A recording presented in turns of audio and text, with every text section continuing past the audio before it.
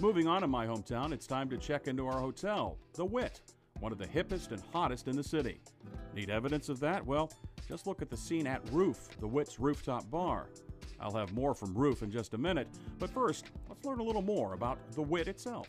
A lot of people thought you guys were crazy to open in this economy, to build new in this economy, and now you said they're coming back to you and saying, what did you know that we didn't know? Right, exactly. You know, I think the nice thing about it is that we didn't have any past history. And so it wasn't like this is how we do business, you know, this type of thing. We questioned status quo. This is actually the best time to open up a business when things are down, because you look at every opportunity as opposed to going into with some kind of prejudice from past experiences. And then if you think about it in history, most successful businesses were open in a down economy. The Wit is a boutique property in the heart of Chicago's South Loop. It's at the corner of State and Lake, literally a stone's throw from Michigan Avenue, Millennium Park, the Theater District, you name it. Not only is the Wit well positioned, it's also well appointed. There are 298 guest rooms, including 60 suites. And unlike many boutique properties where I've stayed that are synonymous with loud, hot, and uncomfortable, the Wit is anything but. The rooms are spacious, the bed's comfy, and the service friendly and efficient. People come in of all ages and they feel comfortable here, and that's what you want to have. You want to have a sense of comfort, because when people leave their own homes and such like that, it can be a little intimidating to go to another city now, especially if you're coming from a smaller city into a big city. But if you come into a place and you feel that comfort, it's really, really nice. Then there's the matter of the food, always an important component for me. The Wit has several dining options, starting with their street-level restaurant, State and Lake, which serves classic bar food with an upscale twist.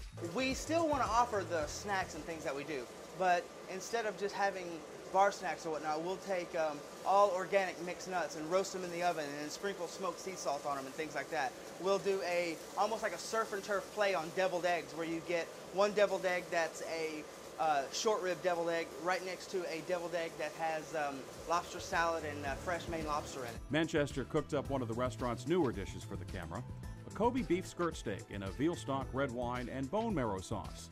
The steak is served with a caramelized shallot potato gillette and a pickled red onion and Italian parsley salad with balsamic vinegar.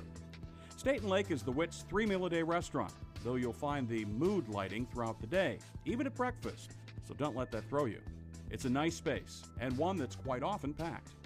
We're in Chicago. It's very Chicago-style food, and we've got Italian influences in all of our dishes. So, and we're not sticking to one region in Italy. We're kind of like, when we see something that we really like, we're going to bring that forth, depending on really more the seasonality of it than anything else. Just up the stairs from State and Lake, on the second floor of the Wit, is Chibomatto, the Wit's excellent modern Italian restaurant. Chibomatto's menu is on the small side, but that's because everything is seasonal, which means everything is fresh. For the camera, Newman whipped up one of the restaurant's favorites, spaghetti alla città, squid ink pasta with lump crab meat, cherry tomatoes, and serrano chilies. Think like Italians is how Todd likes to say it, is that I'm cooking what's in my backyard. So in Italy, it's broken up by regions. We are now acting as if we're Italians and we're cooking in Chicago, and Chicago is our region of Italy. As for the room, it's everything you'd expect from a contemporary restaurant, light and airy with an open kitchen and modern decor. But unlike a lot of modern restaurants, there's nothing sterile or off-putting about Chibomatto. Quite the opposite, actually. I'd call the room inviting. They have quite the selection of cheese, make their own salumi, and hand-make all but one of their pastas. I didn't get the chance to dine at Chibomatto during my visit, but I did a couple months earlier. And even though the restaurant had just opened, the food was very good, the service attentive without being intrusive, and the overall experience terrific. Chibomatto roughly translates to crazy food in Italian. I'd say crazy like a fox. One last stop at the Wit brings me to where I started this hotel tour, at Roof. Roof offers 7,000 square feet of inside and outside space, some awesome views, and an ambiance like no other I've experienced. Look at these views up here. You can't buy wallpaper like this. It's an excellent location. We've got a great beverage program, a great chef running a very good menu, so everything came together. First, we have the hangover living room area, as we call it.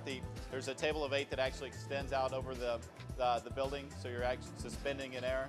It's great views of Millennium Park and the lake. And then coming inside here, we've got, again, floor-to-ceiling windows, a nice fireplace, and some great indoor space, a little bit more intimate.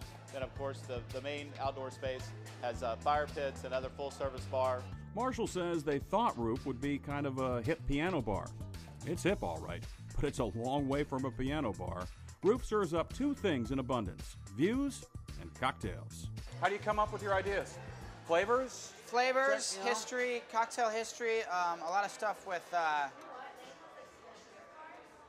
talk to kitchens a lot. I spent 3 years working in kitchens under various chefs, so my kitchen background definitely plays a role. Abens does all the cocktail menus at the Wit, which are changed seasonally. He shared his talents with us, mixing up three great-looking drinks. The Londoner in Bangkok with Beefeater Gin, Fresh Mango, and Basil.